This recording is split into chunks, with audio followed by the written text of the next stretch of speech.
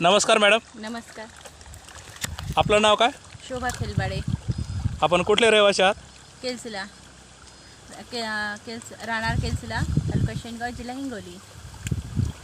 हे आपण काय करून राहिले? मी हे लक्ष्मी विसर्जन करत आहे. लक्ष्मी विसर्जन करता? हां. का करता आहात लक्ष्मी विसर्जन? कारण की लक्ष्मी जेव्हा लक्ष्म्या मांडतात घरामध्ये तेव्हा 5,000 ते 7,000 रुपये हा लक्ष्म्यावरती खर्च होतो. आणि तो खर्च चांगल्या कामासाठी न होता त्याच्यातून काही फलित होत नाही. ते खर्च हा फुकट जातो, व्यर्थ खर्च जातो.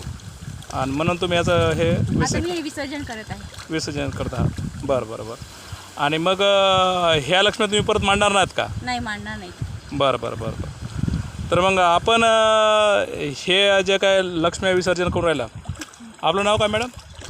दुर्गा खेलबाडे. बरं बरं. आपण पण विसर्जन करून राहिला? हां, मी पण करू राहिले. बरं. तर मग आपण हे विसर्जन करता, तर मग आपण समाजाला काय मेसेज देऊ इच्छिता? जे की बुद्ध, फुले, शाहू आंबेडकरांनी जे विचार सांगितले आहेत त्या विचारधारेनुसार आपण संत गाडगे महाराज आहेत, तुकाराम महाराज आहेत, बिरसा मुंडा यांनी जे मार्ग दाखवलेले आपल्याला, जे महान पुरुषांनी मार्ग दाखवला आणि अंधश्रद्धेला खत पाणी न घालता हे आम्ही ते अंधश्रद्धेचंच निर्मूलन करून राहिलो असं या माध्यमातून सांगायचं आहे मला. म्हणजे हे तुम्हाला कर्मकांड दिसते, अंधश्रद्धा दिसते? अंधश्रद्धा दिसते, कर्मकांड दिसते. हां. तर मग तुम्ही बहुजन समाजाला हा संदेश देताय की अशा प्रकारचे अंधश्रद्धा आणि कर्मकांड पाळू नका. आणि म्हणून तुम्ही पाण्यामध्ये या मूर्त्यांचं विसर्जन करत आहात.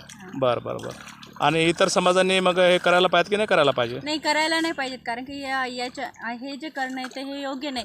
ह्या लक्ष्म्या तुमच्यासाठी काही करत नाही, पण ज्या तुमच्या घरातल्या लक्ष्म्या आहेत त्या तुमच्यासाठी राबतात, तुमच्यासाठी तुमच्या सुखादुःखामध्ये सामील होतात. त्या लक्ष्म्याला तुम्ही जोपासा. त्यांच्यावरती हे 5-6 हजार रुपये त्यांच्यावरती खर्च करा, परंतु अशा कर्मकांड खर्च करू नका असं नका. हो. असं सांगायचं आहे. बरं बरं. आता विसर्जन करायचं मला? विसर्जन करायचं. करा मग. आता काय टाकू अजून?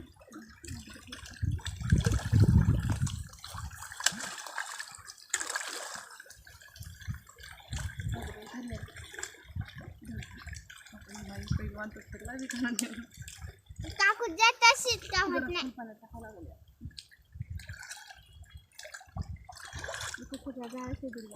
साडी भरेल.